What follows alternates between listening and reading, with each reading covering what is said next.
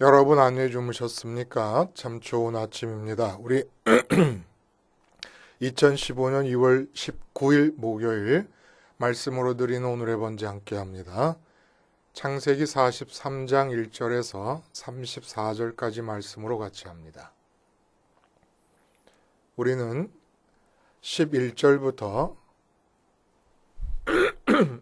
15절까지만 같이 읽겠습니다. 시작. 그들의 아버지 이스라엘이 그들에게 이르되 그러할진대 이렇게 하라. 너희는 이 땅의 아름다운 소산을 그릇에 담아 가지고 내려가서 그 사람에게 예물로 드릴지니 곧 유향 조금과 꿀 조금과 향품과 모략과 유향나무 열매와 감복숭아이니라. 너희 손에 갑절의 돈을 가지고 너희 자루 아귀에 도로 넣어져 있던 그 돈을 다시 가지고 가라. 혹 잘못이 있었을까 두렵도다. 네 아우도 데리고 떠나 다시 그 사람에게로 가라. 전능하신 하나님께서 그 사람 앞에서 너희에게 은혜를 베푸사 그 사람으로 너희 다른 형제와 베냐민을 돌려보내게 하시기를 원하노라. 내가 자식을 잃게 되면 이르리로다. 그 형제들이 예물을 마련하고 갑절의 돈을 자기들의 손에 가지고 베냐민을 데리고 애굽에 내려가서 요셉 앞에 서니라. 그리고 나머지 부분에서 요셉과 이 형들이 두 번째로 이번에는 베냐민을 포함해서 만나게 되는 장면이 나옵니다. 이번에는 요셉이 자기 집으로 형들과 베냐민을 불러서 아주 거하게 저녁 식사를 함께하는 그런 장면이 나오게 됩니다. 오늘 본문을 염두에 두면서 전능하셔서 믿기가 어렵다라는 제목의 하나님 말씀 증거합니다. 전능하셔서 믿기가 어렵다. 여러분 명절 때가 되면 종종 들리는 소식들이 있지 않습니까?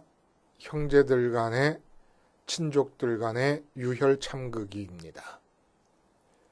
대부분이 부모 재산 놓고 벌이는 싸움, 어떤 때는 묘자리 때문에 또 싸우기도 하고, 대부분의 경우에서는 우리가 느낄 수 있는 게 부모가 재산이 없었더라면 이렇게까지 유혈 참극이 벌어지지 않을 수 있지 않았겠나 하는 생각이 듭니다.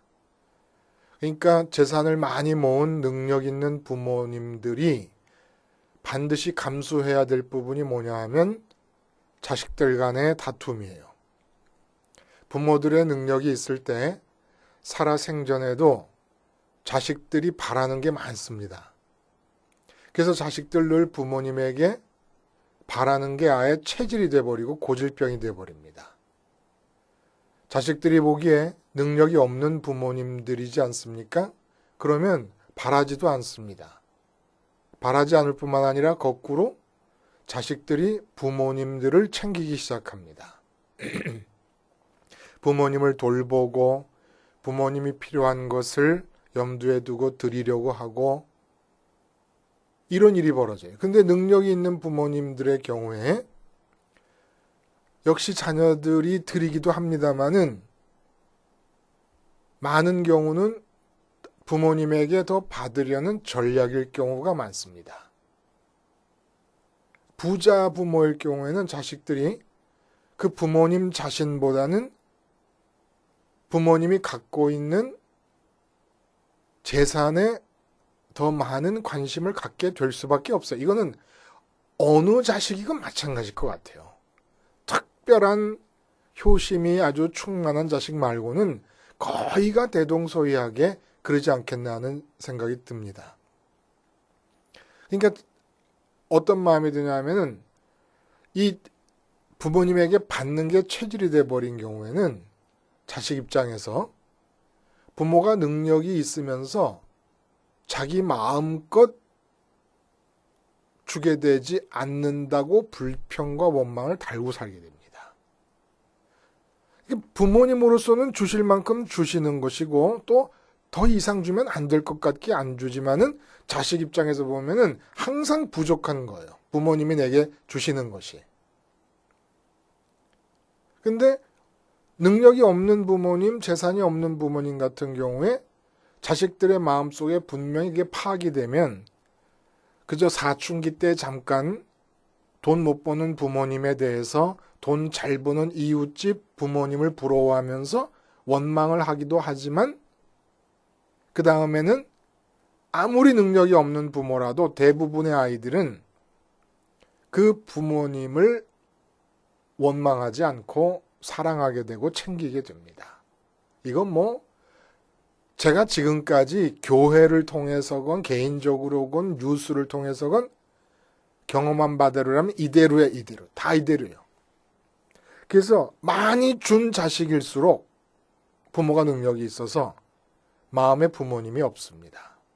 그 이상한 거예요. 그리고 능력이 없는 부모님, 정말 꼴꼴난 그런 모습으로 살아가시는 부모님들, 자식들이 많이 챙기게 됩니다. 믿음의 어려움이 어디 있습니까? 하나님이 전능하시다는 데 있어요. 하나님이 하늘에 계시지만 내 아버지이시면서 천지의 창조주이시기 때문에 믿음이 어렵습니다. 차라리 능력이 없으시면서 우리의 하늘 아버지라 그러면 우리들로부터 하나님이 더 사랑을 많이 받으실 수도 있지 않았겠나 하는 생각도 듭니다. 그러면 나는 한 번도 하나님을 원망해 본 적이 없는데 이런 말 하시는 분이 있을 수 있어요. 그 경우는 믿음이 좋은 게 아닐 수가 있어요. 뭐냐면은 아예 예수님의 아버지이신 하늘에 계신 그 하나님 아버지를 인격적으로 관계할 수 있는 나의 아버지라고 생각해 본 적이 없기 때문에 하나님을 원망도 하지 않았는지 모릅니다. 잘 사는 사람보다 못 사는 사람이 많고 하고 싶은 일이 되는 것보다 안 되는 일이 많은 세상에서 전능하신 분을 아버지로 모시고 있는 사람들로서 그 전능하신 아버지에 대해서 원망이 없다는 것은 그 아버지를 아버지로 생각하고 있지 않기 때문이에요. 전능하신데도 내 사는 모양이 이렇다는데 원망이 왜 없습니까? 그분이 아버지인데. 그럼 뭐냐? 아버지로서가 아니라 그냥 종교 행위로서 하나님을 아버지라고 부르는 겁니다. 이런 경우에는 이 삶에서 느끼는 내 필요에 겨워서 그냥 내 희망에 겨워서 종교 행위를 하는 중에 하나님을 아버지라고 부르는 것이지 하늘에 계신 하나님을 예수님이 부르신 그 하나님을 진짜 인격적으로 나와 상대하는 그런 하나님 아버지로 지금 상대하고 있는 게 아니기 때문에 원망이 없는 겁니다. 우리가 사는 꼴이 다 형편없잖아요. 근데 우리 아버지는 전능하시잖아요. 능력이 있지 않습니까? 이 천지가 다 당신의 것이지 않습니까? 근데 왜 내가 사는 꼴이 이래야 됩니까? 당연히 원망이 있어야 돼요. 원망이 없으면 믿는 게 아닙니다. 하나님을 아버지로 인격적으로 받아들이는 게 아닙니다. 그리고 신앙은 이렇게 인격적으로 받아들인 전능하신 하나님의 내 아버지이심에도 불구하고 내게 이런 정도밖에는 못 주시나라고 하는 원망이 극복되면서 참 신앙이 됩니다. 이 원망의 과정이 없고 원망을 극복하는 과정이 없다 그러면 기독교에서 말하는 신앙이 아니에요. 한 번도 하나님을 원망해 보신 적이 없습니까? 진짜 살아계신 분으로 인정하지 않기 때문에 그래요. 속마음으로 그분이 살아서 나의 인생을 간섭하고 있다는 사실을 믿지 않고 있기 때문에 그래요. 그걸 믿는다 그러면 원망이 안 나올 수 없습니다. 그리고 이 원망이 극복되는 것이 참 믿음이라는 거예요. 그래서 어려운 것은 진짜 하나님이 천지를 창조하셨고 천지를 미국도 창조하시고 러시아도 창조하시고 아무도 하나님을 기억하지 않지만 중국의 13억 인구 중에 믿는 사람 1억이라고 빼고 나면 12억 인구가 하나님을 모르고 있지만 그들 모두를 창조하신 분이 바로 그 누구도 아닌 내 아버지라고 하는 사실. 그것을 믿는다 그러면 당연히 원망이 나오고 있고 그 원망 때문에 능력이 없는 하나님이라면 모르겠는데 중국 사람도 다 만드신 그 하나님이 내 아버지인데 미국 사람도 다 만드시고 이 세상 전체를 다 만드신 분이 내 아버지인데 내가 왜 이렇게밖에 못 살고 지금 코앞에 와 있는 이 문제 같은 게 왜 이렇게 안 해결되지 않고 있는가? 하나님은 뭐 하고 계시는가? 참 지독하게도 안 주신다 하는 원망이 있을 수밖에 없습니다. 그리고 이게 극복되고 아버지께서 이런 평강을 주시는구나. 이 차원으로 가야 되는 거예요. 오늘 본문에 우리가 읽지 않은 부분 여러분 한번 꼭 다 읽어보시길 바라는데 야곱의 진퇴양난이 그려지고 있습니다. 앞에 42장에서 지금 곡식을 사러 갔다가 첫 번째 요셉과 대면을 하는 중에 요셉이 자기가 요셉이라는 것을 드러내지 않고 오히려 거꾸로 형들을 몰아세웠습니다. 정탐꾼들이 아니냐고. 그래서 정탐꾼이 아니라는 진실을 밝히기 위해서는 당신들이 말한 그 막내 동생 베냐민을 데리고 와라. 그러면 내가 정탐꾼이 아니라는 것을 믿어주겠다. 그래서 시므온을 지금 볼모로 잡고 있는 상황입니다. 그래서 그 시므온이 풀려나려면 막내 베냐민을 데리고 애굽으로 다시 내려가야 됩니다. 이게 지금 총리의 명령이에요. 근데 야곱으로서는 일찍이 요셉을 잃은 그 아픔에서 아직 완전히 자유롭지가 않아요. 지금 그 트라우마가 있습니다. 근데 다시금 또 아무 생각 없이 보냈는데 시므온이 붙잡히지 않았습니까? 근데 또 베냐민을 잃을지도 모르겠다는 거예요. 베냐민을 될 거라 그러니까. 두려움이 쌓였습니다. 근데 기근은 계속되고 있습니다. 아들들의 가족들과 손자들 그리고 모든 식솔들의 양식을 구할 곳이라고는 전 지역에서 애굽뿐입니다. 그러니까 야곱의 속이 바싹바싹 타들어가는 거예요. 그래서 오늘 6절에 보면은 읽지 않은 6절에 보면 야곱의 절규에 가까운 신경질이 나옵니다. 뭐라 그러냐면 이스라엘이 이르되 너희가 어찌하여 너희에게 또 다른 아우가 있다고 그 사람에게 말하여 나를 괴롭게 하였느냐. 뭐 때문에 쓸데없이 베냐민이라는 동생이 있다는 얘기를 했느냐 이겁니다. 그 베냐민이라는 동생이 있다는 얘기를 해버리는 바람에 베냐민을 데리고 오라 그러는데 시므온을 잡은 걸 보면 지금 죽었을지 살았을지도 모르는 판인데 응? 베냐민 데리고 갔다 베냐민까지 또 잃어버리면 라헬이 난 자식이라고는 요셉과 베냐민 뿐이었는데 요셉은 죽었고 야곱의 마음속에는 베냐민까지 죽어버리면 이제 어떡하냐? 뭐 때문에 그 얘기를 했냐고 신경질을 팍 내버립니다. 왜냐면 곡식을 구하려면 애굽으로 가야 되는데 아니 애굽으로 가려면 또 시므온까지 잃었는데 요셉 잃고 시므온 잃고 이제 베냐민까지 잃게 될 수도 있으니까 진퇴양난에 딱 쌓여가지고는 속이 바짝바짝 타들어가는 거예요. 새카맣게 타들어가는 겁니다. 그렇게 보면은 참 요셉이 못돼 먹은 거 아닙니까? 뭐 이렇게까지 처음에 좀 형들한테 좀 이렇게 엄포를 넣다가 형들이 떠나기 전에 내가 사실은 요셉입니다 하고 끝 맞췄어야 되는 거 아닌가 싶은 생각이 들잖아요. 그러면 야곱은 이런 과정이 없었을 거예요. 이렇게 속이 바짝바짝 타들어가는 이런 곤란한 진퇴양난의 상황을 경험하지 않아도 되지 않았겠습니까? 이게 지금 나이가 많은 연로한 아버지를 왜 이렇게 속상하게 하는 겁니까? 여기에 하나님의 깊은 의도가 있는 거예요. 야곱을 살려내셔야 됩니다. 아니면 선민다움이 무효가 되어버리게 생긴 지경에 이르는 거예요. 야곱을 살려내야 돼요. 이 야곱을 살려내기 위해서 하나님께서 취하신 역사를 기록해 나가는데 눈에 띄는 부분이 있어요. 어떤 부분에서 그런 하나님의 의도를 우리가 알 수 있는가 하면은 바로 이 부분이에요. 42장에서는 정말 이상할 정도로 야곱을 야곱이라고 부릅니다. 이스라엘이라는 이름이 있지 않습니까? 그래서 제가 한번 그 예를 들어보면은 42장 앞장 1절에 그때 야곱이 애굽에 곡식이 있음을 보고 아들들에게 이르되 너희는 어찌하여 서로 바람만 보고 있느냐 이렇게 얘기하잖아요. 2절에 또 야곱이 또 이르되 내가 들은즉, 그리고 곧바로 4절에 또 야곱이 요셉의 아우 베냐민은 그의 형들과 함께 보내지 아니하였으니 나오고, 그리고 쭉 넘어가서 42장 36절에는 그들의 아버지 야곱이 그들에게 이르되 또 이렇게 나와요. 38절에는 야곱이 이르되 내 아들은 몇 번 나옵니까?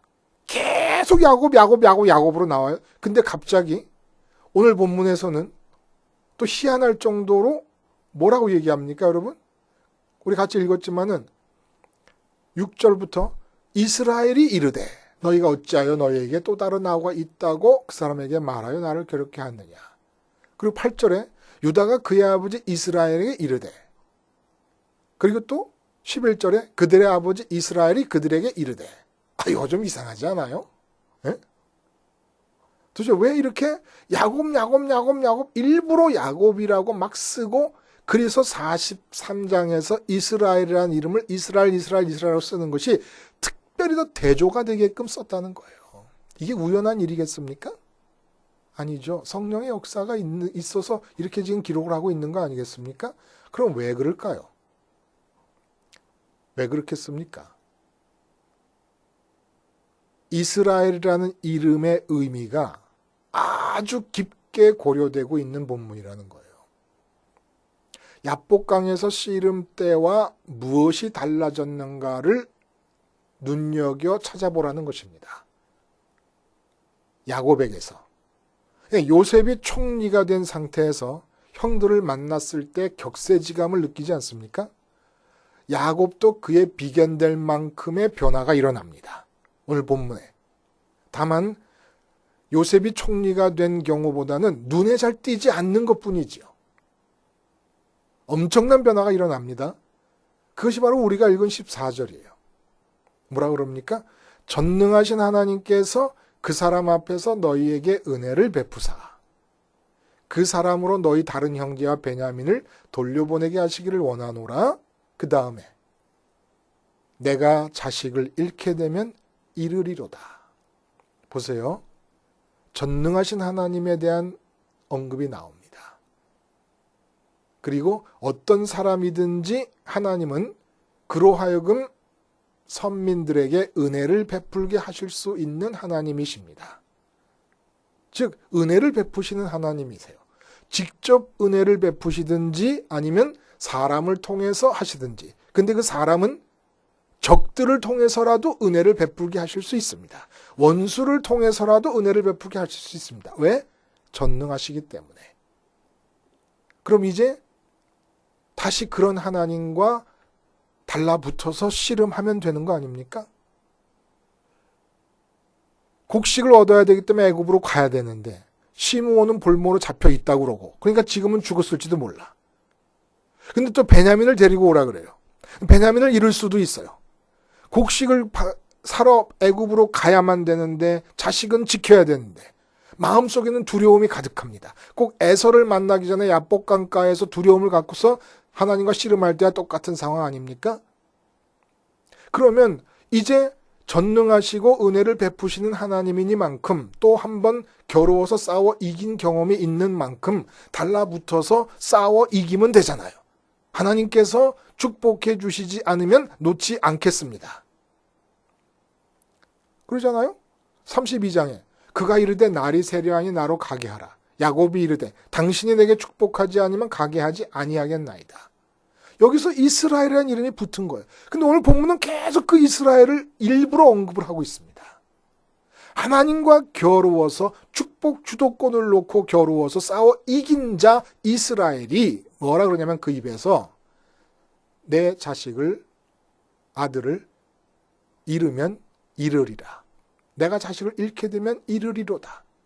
이거는 이제까지의 성경을 통해서 우리에게 소개된 야곱의 생애의 사전 속에서는 없는 말입니다. 이 말 한마디가 뭘 뜻하는 거냐? 17살의 노예로 팔린 요셉이 애굽 대제국의 총리가 되는 것과 같은 변화가 야곱에게 일어난 겁니다. 요셉의 삶에서는 하나님께서 요셉을 총리의 자리로 밀어붙이는 추진력을 발휘하신 것이라 그러면 야곱의 삶에서는 그 정도 높이만큼을 야곱을 아래로 떨어뜨리는 추락의 능력으로 작용하십니다. 축복 주도권을 쥐고 있는 높은 자리로부터 완전히 축복 주도권에 대해서 두 손 다 놓고 항복해버리는 자리까지로 끌고 가시는 겁니다. 마지막으로 몸부림을 칩니다. 어떻게 몸부림을 칩니까? 너희가 어찌하여 동생이 있다는 얘기를 해가지고 나로 하여금 이 고통을 당하게 하느냐. 쓸데없이 입을 놀려가지고 베냐민을 데리고 가야 되느냐. 몸부림치는 거예요. 근데 차식도 축복이고 곡식도 축복 아닙니까? 이젠 어느 것도 내가 마음대로 컨트롤할 수 있는 게 아무것도 없어요. 그리고 하나님과 씨름하는 것도 이제 중단합니다. 더 이상 내용적으로는 한번 붙여진 이스라엘은 이름은 계속 가겠습니다만은 내용적으로는 야곱이 더 이상 하나님과 씨름하지 않습니다. 그리고 전능하시면서 얼마든지 원수를 통해서라도 은혜를 베푸실 수 있는 그 하나님께서 내 아들을 잃게 하신다면 이르리로다. 그러나 내 자식을 잃게 하시는 전능하신 그 하나님을 나는 받아들이리로다. 라고 고백을 하고 있는 겁니다. 그전에는 하나님을 놔주지 않는 거예요. 에서로부터 내 모든 것을 다 빼앗기게끔 하실 수도 있는 이 상황에서 절대 놓지 않는 겁니다. 죽어도 에서에 의해서 내가 지금 갖고 있는 이 축복의 이 항목들을 잃고 싶지 않기 때문에 하나님을 놓지 않습니다. 근데 이제는 모든 것을 다 잃게 되는 똑같은 상황에서 잃게 되면 이르리로다. 그리고 잃게 하시는 분이 누구시냐? 전능하신 하나님인데 보고 계신 거 아닙니까?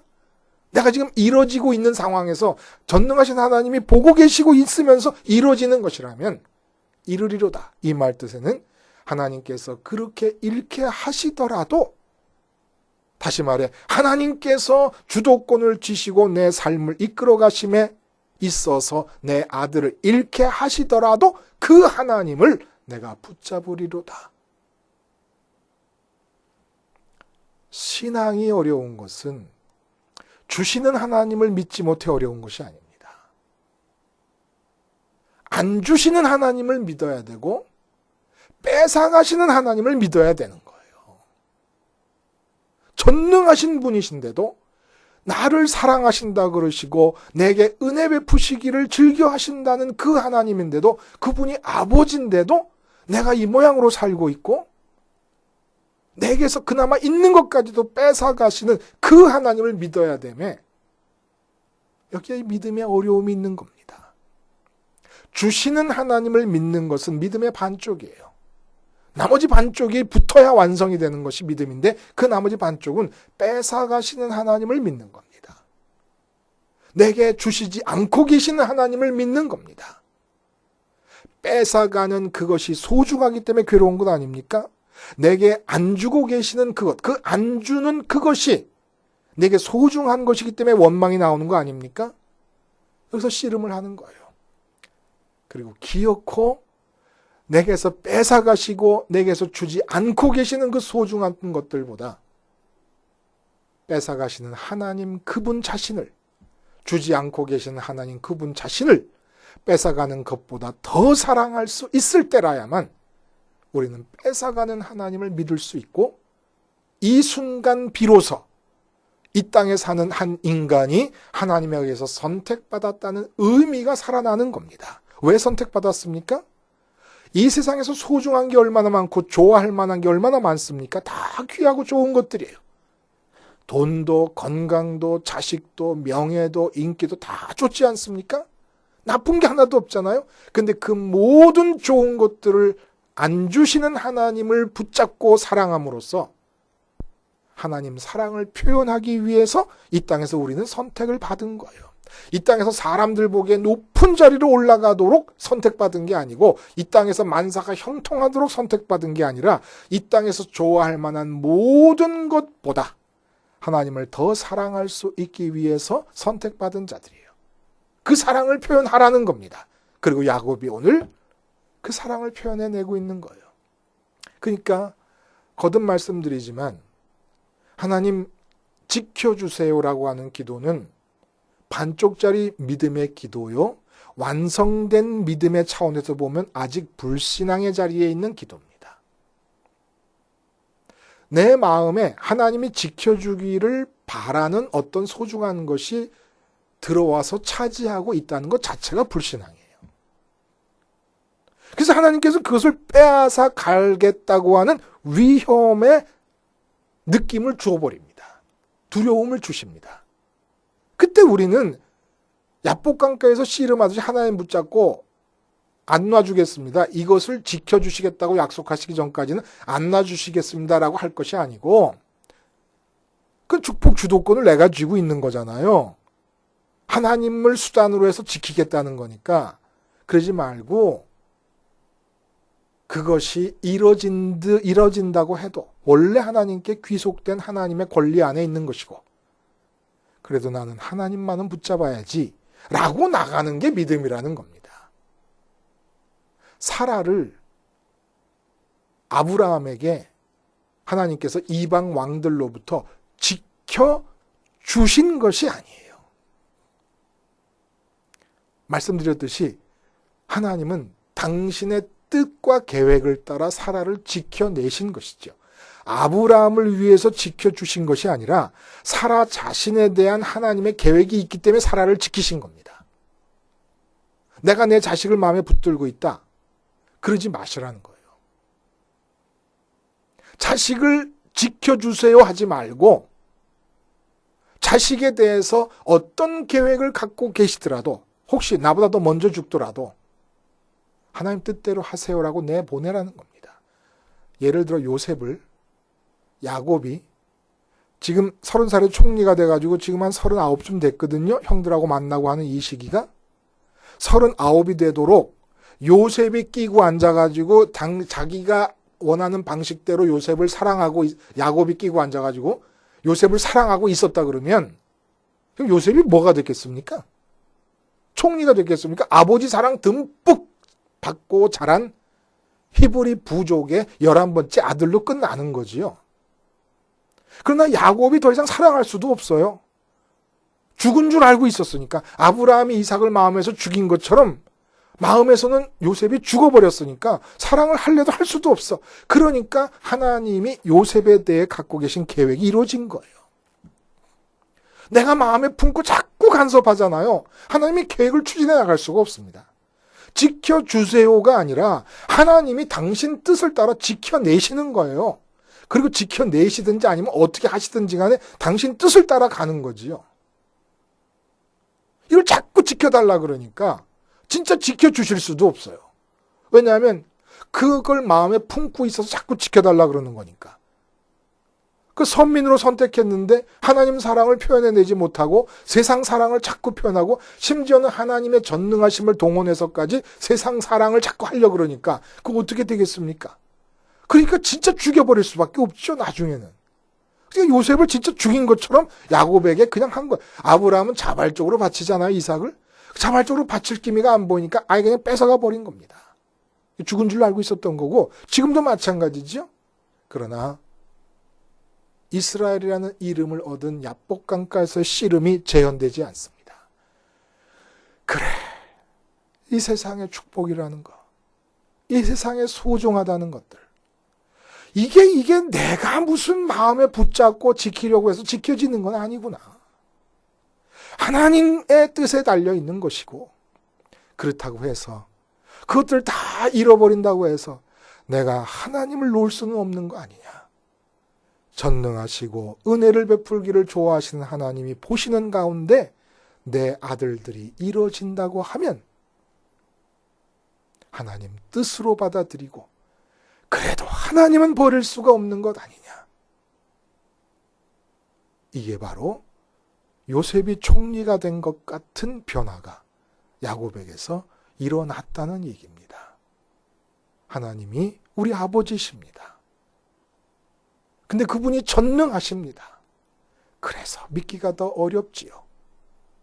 이 어려움을 극복하고 온전한 믿음을 갖게 해주시기 위해서 일어난 사건이 십자가예요. 뺏어가기 전에, 뺏어갈 위험이 있기 전에 십자가에서 내 마음에 소중한 이 세상의 모든 것들에 대해 죽어버리는 겁니다. 그래서 하나님 사랑을 표현하고 하나님을 갖고 내가 소중하게 생각했던 내 마음에서 십자가로 쫓아낸 모든 것들에 대해서는 하나님이 당신의 뜻을 따라 지켜내시고 섭리를 적용해 가실 수 있도록 해주신 사건이 십자가 사건이에요. 전능하셔서 믿기 어려운 이 하나님을 십자가 생활화로 극복하고 온전한 믿음을 이루실 수 있게 되기를 간절히 바랍니다. 기도하시겠습니다. 하나님 아버지, 하나님이 아버지시고 하나님이 전능하신 것이 얼마나 좋은 일입니까? 그러나 이 전능하심 때문에 원망이 생깁니다. 이 원망을 극복하고 온전한 자리에 서기 위하여 오늘도 주님이 죽으시며 이루신 십자가 복음의 제로원 원리를 체득하여 살게 해 주시옵소서. 예수님의 이름으로 기도하옵나이다. 아멘.